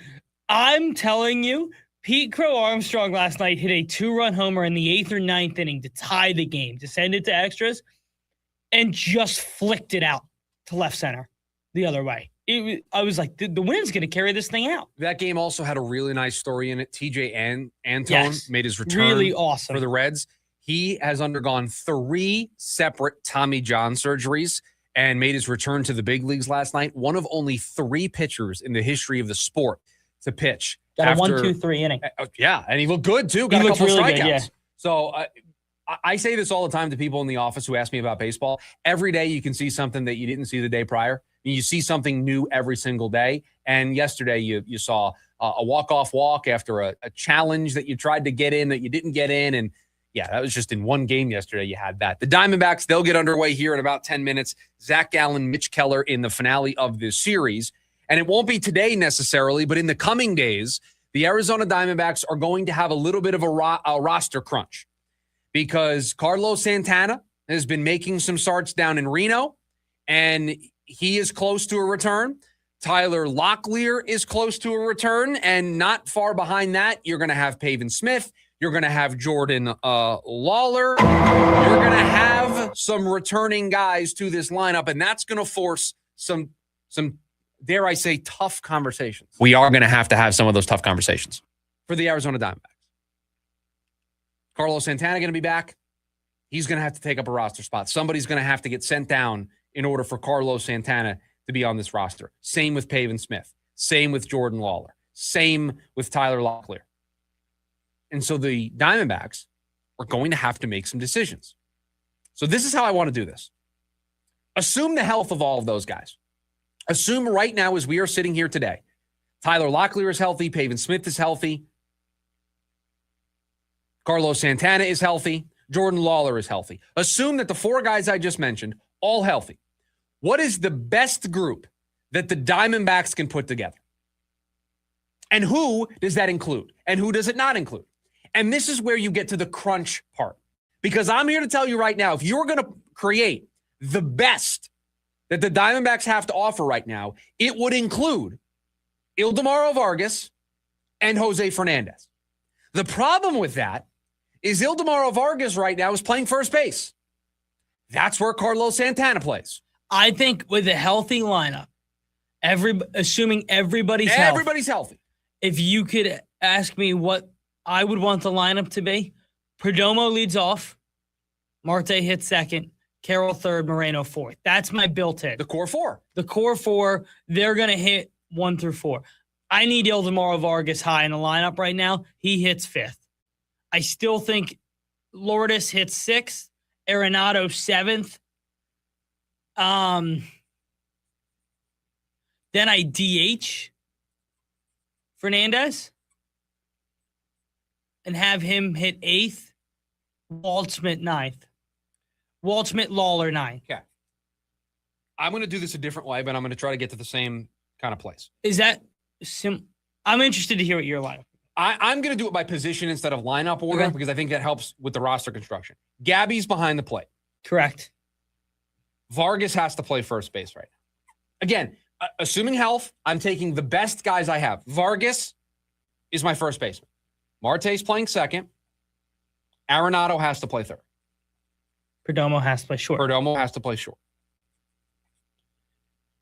I'm going to have Gurriel out in left. Lawler is going to play center. Carroll's going to play right. Okay? I now have James McCann on the bench. Okay? I need a backup catcher. I have an Alec Thomas who can play any of the outfield positions. Alec Thomas is going to be my outfielder. And now I think it's important to look at what their bench composition is right now to get an idea of what they might do. ADC. Right. This is where the crunch happens. You're going to see it. You're going to see it here. Carlos Santana. You have ADC. You have Santana. You have Smith. You have Fernandez. McCann, Thomas, ADC, Santana, Smith, You Fernandez. still need a DH, by the way. I understand that. You have Locklear. And I think that's covered. I think I've covered Barossa. Okay, Barossa. Anybody else that I'm missing? I think you got them all. Tim Tawa. Tim Tawa is going to be sent down to the minors to make room for whoever stays here. Okay. So will Jorge Barossa. So McCann locked into the bench, right? As one of my 4 bench bats, right? I agree. I think Alec Thomas is locked to the bench as a defensive speed outfielder. Somebody I can use late in the game. So that's 2 of my 4 bench spots. I need a starting DH. I think that's for the moment where I'm going to put Jose Fernandez. I'm going to cross him off my big list here. So I have 2 spots. Carlos Santana, I think, is definitely going to stay. I think Santana stays because who knows with Vargas? Like, if this does not continue and I want to go Santana back at first, I can. On days that I want to give Vargas the DH, I could do Santana at first because you got to remember he is good defensively. It gives me ADC and Pavin Smith. And I think I would right now go ADC. I think so too. And that's where the crunch is going to come in. Santana is going to come back. Now, I think the easiest thing you can do right now from a roster perspective, Tim Tawa down, Carlos Santana on the active roster. Just a one-for-one swap. And now the problem is going to be Torey Lovello has to manage. Where do I get Carlos Santana at-bats? How do I keep Ildemaro Vargas in the lineup? How do I keep Jose Fernandez in the lineup? Because I'm sorry, Jose's in the lineup today. He hasn't played the last 3 days. I think that's a mistake. It's a complete mistake. This is one of your 6 best hitters. I don't care if he's facing Paul Skenes. He needs to be in the lineup. So you're going to have to juggle this if you're Torey. And that's just with Carlos Santana coming back. That's not including Pavin Smith coming back. When Tyler Locklear is healthy, when Jordan Lawler comes back. So this is just going to be the first. This is going to be the opening gambit of what's going to be a flurry of roster moves that this team is going to have to make. And you mentioned Ryan Waldschmidt. He doesn't fit into the puzzle right now. Well, I think it would be a 1-for-1. Thomas for Waldschmidt. But you're not going to do that. And Lawler would have to be bad in center for me to make that change. Because right now, Gurriel, Lawler, Carroll. You would need an injury out there where you feel like you couldn't play Thomas every day. So, like, let's say Gurriel goes down again or Lawler goes down again. That would be the only way you would bring up Waldschmidt because you have to learn from what you did last year. You can't do that to him like you did to Lawler. And again, I think when looking at this, I think Tyler Locklear gets moved down to Reno, and he's not a factor right now. Again, assuming everybody's healthy. With the way Vargas is hitting, he can play first. Fernandez can play first. ADC can play first. Carlos Santana can play first. James McCann can play some first. You've got options at first base. Tyler Locklear, sorry, bud, but you're just not going to fit into these plans, especially with Pavin Smith also, somebody that can play first. I think Barossa, if they wanted to make a move with an outfielder, he could definitely go down. And then with Pavin Smith, to me, if we get to a place where everybody stays healthy, Pavin Smith and ADC feels like it's going to be the battle for that final roster spot on the hitting side. 100%. Because you need a backup catcher. I think they're going to keep Alec Thomas for the defense. Carlos Santana is going to be on this team in some way, shape, or form. And just get ready. Just prepare yourself. It's going to be a little bit of lineup roulette. It's going to be, I've got my job here. They're going to be figuring it out every day. It's going to be I think the only guys that are locks every day right now are Marte, when he's available, Gabby Moreno, because there will be days off. Perdomo, Carroll, and Vargas right now. Everything else can be in flux. Arenado could be the DH. Fernandez could play third. Fernandez could play third. Carlos Santana could be the DH. I mean, they're going to move these guys all over the place. So Torey Lovello is going to have a very tall task. Now, I hate to say this.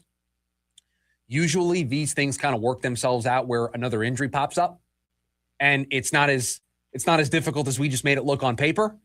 But assuming everybody's healthy, it's gonna get difficult here. It's gonna get difficult for Torey. And it's gonna get difficult because Jose Fernandez and Ildemaro Vargas, who play a lot of first base, the guy that's coming back, that's the only place he's gonna play. He's either gonna DH or play first base, and you got him mainly for his defense at first base. So maybe Vargas and Fernandez rotate through the DH spot. Are you willing right now to have Vargas try DHing? He's so hot. I need him doing the same things every day. I'm sorry. Carlos Santana's bat stinks and has for 3 years. You have to play Vargas. It would be, I'm going to do it. No, it doesn't go to that level. You want to use it, that's fine, but I will not endorse this. It will be organizational malpractice. I think there's a world where Vargas starts to keep his bat in the lineup and Santana is a defensive replacement late. That's not malpractice. I would feel good about that. I think that's the way they try to do it at the beginning, but who knows? You can't play Santana right now in good conscience, knowing how well Ildemaro Vargas has done at the plate. But I will tell you, the person that I worry about the most right now is Jose Fernandez. Correct. Because we've already seen before this roster crunch, him getting the short end of the stick. And that worries me a little bit. He needs to be hitting every day. He's one of with all the guys we just brought up. Is he right now your sixth best hitter? The core four, Vargas at 5. And then I would put Jose Fernandez there. Maybe Arenado, but I mean, we looked under the hood. Feels like smoke and mirrors. I worry. I worry about it. That this roster crunch is going to leave him on the short end. On the short end of the stick. It'll be interesting to see what they do. And it's coming. Just in the matter of days. They're going to have to make this decision. 480-864-1060, the phone number for you to join us here today on the program. When we come back, he was their second round pick. Is he the most important? That's next, the lunch break, KDUS, AM 1060. Every Friday from 5 to 6 p.m. is MMA Friday on the Sports Zoo with official UFC ranker Scott Lewis, brought to you by RTO Sullivan's, your home for every UFC event. The Sports Zoo is the only show in the Valley that gives you 1 full hour of MMA every week, featuring Scott Lewis's official UFC ranking changes, fight predictions for every weekly event, shocking MMA stories, and more. So tune in every Friday from 5 to 6 p.m. and then head to RTO Sullivan's every Saturday to watch the fights. Go to RTOSullivans.com for a location near you. Just call Sweet James at 1-800-9-million. Just call Sweet James, your accident attorneys. If you've been hurt in a car, truck, or motorcycle crash, call the attorneys at Sweet James for a free case review. 800-9-million. Let's be honest. After a serious crash, the system is stacked against you. Insurance companies have one goal: protect themselves, not you. That's where Sweet James comes in. When you put Sweet James on your side, you put power and respect on your side. Their attorneys have experience in over 500 trials with a 98% winning record. And when insurance companies mess with you, they deliver results that sends them a message. They step in, help you get treatment, and fight for what you deserve. You don't pay unless they win. Call 800-9-million. 800-900-0000. SweetJames.com. Just call Sweet James at 1-800-9-million. Just call Sweet James, your accident attorneys. John Mellencamp. Dancing Words Tour, the greatest hits. August 9th. Talking Stick Resort Amphitheater. Tickets are on sale now at livenation.com. John Mellencamp. Part of the America First Credit Union Concert Series. When I scraped my car in the parking garage, I was worried that it could be a long process to take care of it. Like a landscaper's first day trimming a hedge maze. I have definitely already been here. Now, was it left, right, or right, left? Well, maybe I'll cut a path out and find my way back later. But it wasn't like that. I filed a claim in under 2 minutes on the Geico app, and they handled it from there. It was taken care of almost as quickly as it happened. It feels good to get help quick. It feels good to Geico. For nearly 25 years, Primavera has helped thousands of Arizona students succeed with an accredited world-class education, tuition-free and from home. Don't wait. Enroll today at ChoosePrimavera.com. That's ChoosePrimavera.com. With a Global Credit Card, you earn reward points for every purchase. Use your rewards at checkout at many of your favorite stores, or use points instead of cash when you shop online. You can even use them to book a flight up to 3 days in advance. New York, Vegas, Albuquerque. From groceries to getaways, redeem your way. Apply for your Global Credit Card now at globalcu.org. Global Credit Union, your world of financial possibilities. Superstar Car Wash, the car wash with superpowers. Sign up for a free car wash today. That's right, totally free for a limited time. Because we love what makes you shine. See website for details. It's the lunch break with Chris Schubert. Rumors linking the Suns to a potential pursuit of Aaron Gordon. I kind of like it. Now, Aaron Gordon is not a perfect player, but Aaron Gordon checks a lot of boxes for what I think the Suns need. Size, check. He's 6'8", and has years playoff experience. Now, the last time he's played 70-plus games in a season was 3 seasons ago. Well, if you're going to get 50, 60 games of Aaron Gordon, is that a benefit to your team? I think it is. Live Monday through Friday, 11 a.m. to 1 p.m.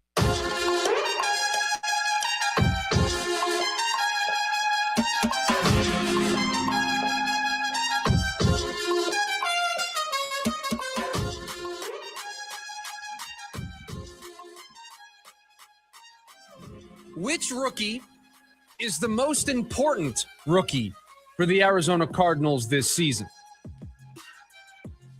Sports Illustrated this morning looked into the rookie classes for everybody, and they picked one player on every one of these teams that could have the biggest impact in 2026. And in reading the story, before I even clicked on it, I knew that the player that they selected would be Jeremiah Love.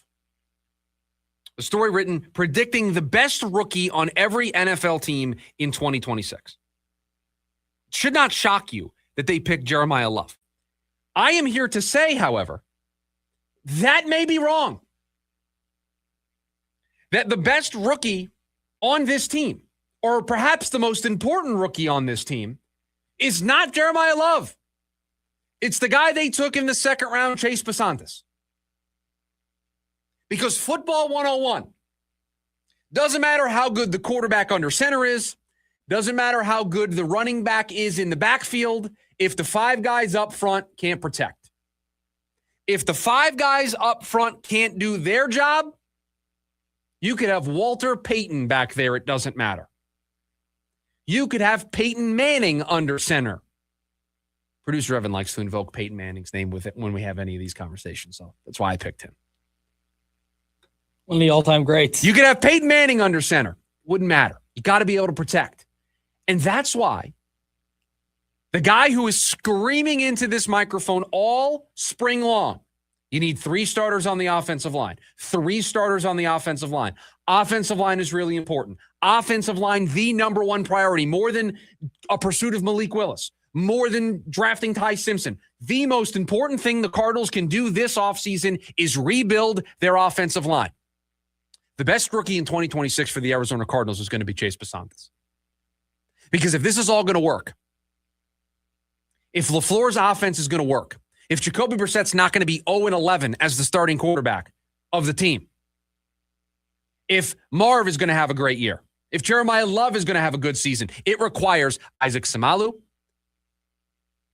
it requires Elijah Wilkerson, and it requires Chase Bisontis to improve the floor of a group that was not very good last year. So for Jeremiah Love to be the best rookie on the Arizona Cardinals, it requires Chase Bisontis to be a really good rookie in 2026. There is no great rookie season for Jeremiah Love without a great rookie campaign from Chase Bisontis. So I'm here to tell you today, the most important rookie for the success of the Arizona Cardinals next season is Chase Bisontis, not Jeremiah Love. That's the player that's more impactful and more meaningful. Now, yes, Jeremiah Love, if Chase Bisontis is great in front of him, Jeremiah Love is special. Jeremiah Love can make a difference. Jeremiah Love can win the Cardinals games. That's how special he is. That's how talented he is. But it doesn't matter if the 5 guys up front don't do their job. And so I read this story today, and I knew the moment I clicked on it that the answer to who the best rookie was going to be is Jeremiah Love. But that's putting the cart before the horse. Because there is no great season from Jeremiah Love without a great season from Chase Bisontis. There is no great season from Jeremiah Love without Isaac Samalu and Wilkerson also having great seasons. You needed to be so much better at the offensive line position this time around, this year. And really, you made a few additions, one of which through the draft. And if it doesn't work out, you can forget Jeremiah Love being good in year 1 at least. So yeah, the numbers might be flashy, but if the numbers are flashy, you're going to look up front and say, man, they did some nice stuff with the offensive line. And that may be the biggest conversation. And again, I get it. You take him number 3 overall. You take a skill position player. The expectation is that's the guy that's going to have the best rookie campaign, right? It doesn't happen without Bisontis. It doesn't happen with the entire offensive line being great. Jeremiah Love needs those 5 guys to be excellent. Correct. So if the Cardinals are going to have a successful season, if the Cardinals are going to exceed expectations, it's going to be because of the likes of Chase Bisontis. 100%. So I'm putting it out on the table. Chase Bisontis, the more important rookie. Because they're also going to need to score points. Well, yeah, they're not going to win on the backs of their defense. So if the offense is good, and again, still might not be great. And again, Bisontis is important because the offense needs to look good in year 1 under LaFleur. Yeah, correct. He needs to get off to a good start. They can lose games, but if the offense is scoring, 28, 35 points a game, and they're losing because the defense isn't very good. Doesn't matter. That is, I don't think that's a tough pill to swallow. I can accept that as a fan. Yeah, because you would still feel good about where you're at from the head coach's spot. And offensively, you feel like they were better. They're going to continue to get doing it without really putting their fingerprints and DNA on the quarterback position or the roster. Really? So yeah, you would feel pretty good about it still.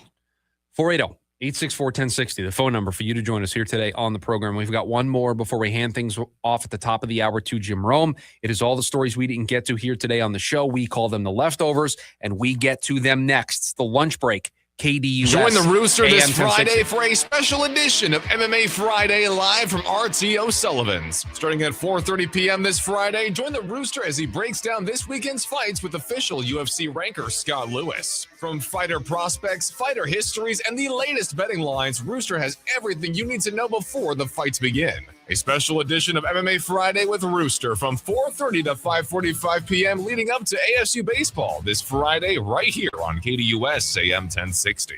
Hey, it's Audrey from the David Mahoney Morning Show. So much of what makes a family happy is what takes place in our homes. And some of that is creating a mess, whether it's picking up a kid from soccer practice, baseball practice, and all of that yuck being brought into your home carpets or onto your hardwood or tile. And Zero Res actually has something that can help. They can handle every single surface in your homes like carpets, tile, grout, hardwood, LVP, stone, upholstery, rugs, and even air ducts. I've recently used Zero Res and they do an amazing job. And I have pets, okay? And my pets might be dirtier than your kids. Actually, after further review, probably not. But this month, get Zero Resified starting at just $45 per room and get an air duct cleaning starting at just $4.99. You owe it to yourself and to your family to breathe healthy, happy, and clean. Call Zero Res right now at 480-507-2419 or go online at ZeroResPhoenix.com and say you want the KDUS special. Spell it backwards or forwards. It all spells the same. Zero Res. Chicago Sticks, the Windy Cities Tour. Finally, 2 iconic bands together for the first time.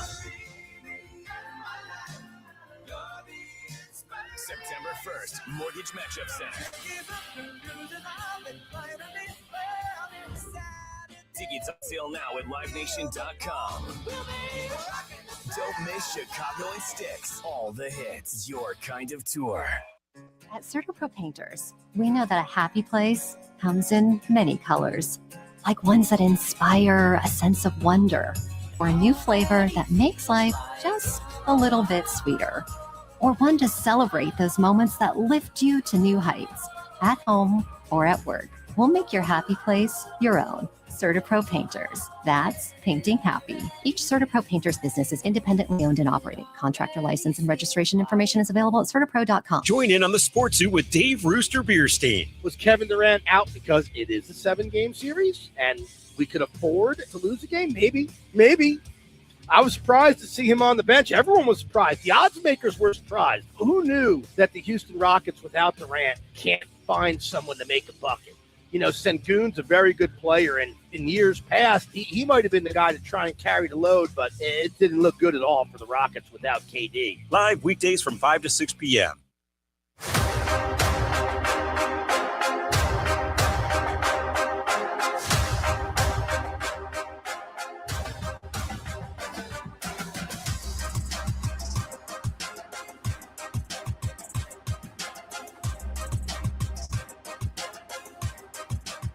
Back to wrap up today's edition of the Lunch Break. KDUS AM 1060. Chris Schubert, producer Evan, hanging out with you. It's time for the leftovers, all the stories we didn't get to here today on the show. Producer Evan, what do we got today?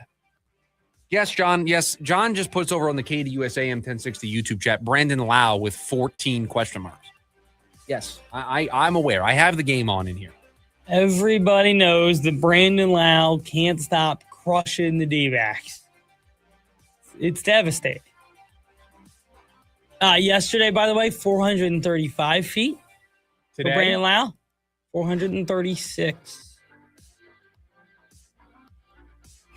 Right now, this game feels like just a continuation of last night because it's 1-0 Pirates. Feels like we just moved on to today. The same guy hit a home run in the same spot, essentially. Not the same spot of the stadium, but the second batter of the game, same guy. And that's kind of what's been going on. Can I suggest a leftover story? Yeah.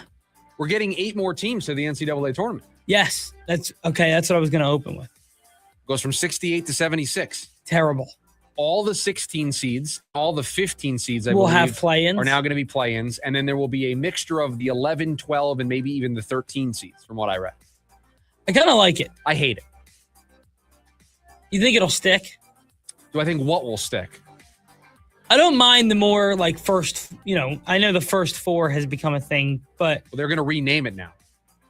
Because now it's the first 12. But I don't mind that. On Tuesday, you'll get 8 games instead of 2. I mean, more basketball inherently isn't bad, but we didn't need to go to 76 teams. And I'm glad that they didn't add them directly into the tournament. They have to, because to me, Dayton, not the tournament. I mean, keeping the sanctity of the bracket itself, the 64. Yes. I think is. And that Thursday is still going to be awesome. Well, yes, of course. I didn't see a clamoring for more teams like there was in college football. Are you sure? I saw a clam right now. We're going to get to a world where college football is going to be 24 and the NCAA basketball tournament is going to be 76. When do you think the college football thing happens? Well, I think we're years from now. Well, next year, we're at what, 12? We're 12 still. We're getting to 16 sooner rather than later. You see the Coaches Association, the coaches, I guess their union or whatever, okay, suggested 24. Really? Said get rid of conference championship games, make sure the college football playoff ends before January. And they said, listen, if you want to get to 24, we're on board with it, but this is how we got to get there. So, I like the conference championship game. And I'm talking football, not basketball. No, I know. Okay. I still like the conference. You don't like them? In football? Yeah.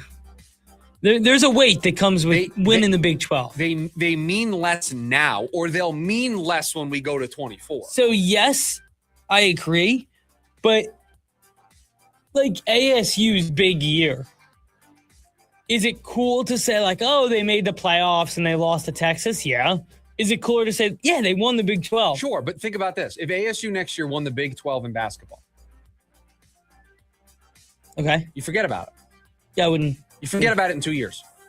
Yeah, but in football, it's different. When we get to 24, it'll look a lot closer than it does in college basketball than how it feels in college football right now. Yeah, but my whole life it's meant something. But it won't. It will stop meaning something the more you expand. D-backs have officially scored more runs than they did yesterday. Thank you for the update. No, but I agree. If you make it 24, it'll obviously mean less. The conference championships don't mean much now. Fair. And I still think it has a little bit of weight. I'm against 76. I just don't think we needed to add more basketball. Now they're going to keep it because it's going to make them more money. Yeah, and again, it didn't ruin the integrity of the tournament that starts on Thursday. Oh yeah, we just didn't need that much. And we don't need to move it. It needs to start on Thursday. Don't be moving dates on me. Don't be jamming these games in. It's a Thursday, Friday first round. It is perfect. Don't mess it up. You could make Tuesday and Wednesday. What would that be? How many games? 24 games? Wait, so 70, it's how many teams? 76? 64 get in. It's 12 teams. You have 12 teams. So you need 6 games. You're going to play 6 games. Well, total. No. You didn't add just 2 games. It used to be 68 teams. Now we're at 76. Just do it this way. If 8 more teams, it's 4 more games. Every 16 seed, that's 4 games. If it's every 15 seed, that gets another 4 games. That's 8 games. And then some 11, 12s, and 13s. You're probably going to get to at least 2 dozen. No, maybe not 2 dozen. A dozen. Probably more than a dozen. It'll probably be a dozen games. I can't do that math here on the fly, but it's a decent amount of basketball. You had every 15, every 14. No, every 15, every 16. That's 8 games. You do 2 12s, 2 13s. That gets me to a dozen. And then you're going to do you did 11s in the past. You did 2 11s every year. So if you did 2 11s, that's another 6. That's 14 games. So you do 7 on Tuesday, 7 on. I mean, it's gonna feel like an extra day of the tournament. It really is. Our buddy Sean over on YouTube says, does it dilute the accomplishment going to 76? Does it dilute it? I don't know. I think it always diluted going, like, anytime you went to Dayton. Unless you win that game. I mean, in general, I think there's this consensus of this isn't the best way to determine a national champion, but it is certainly the most fun way to determine a national champion. Yes. So I think there was already some hint of, are we really doing this the best way we could? Probably not. And I think adding some teams to it probably will continue that conversation. But this is the way they've been doing it, and they're just going to continue to do it this way. That kind of took up most of our time. I don't think I have time for my next story, but I'll kind of give it to you. It was going to compare Mason Miller's. John says a dozen is 24 teams.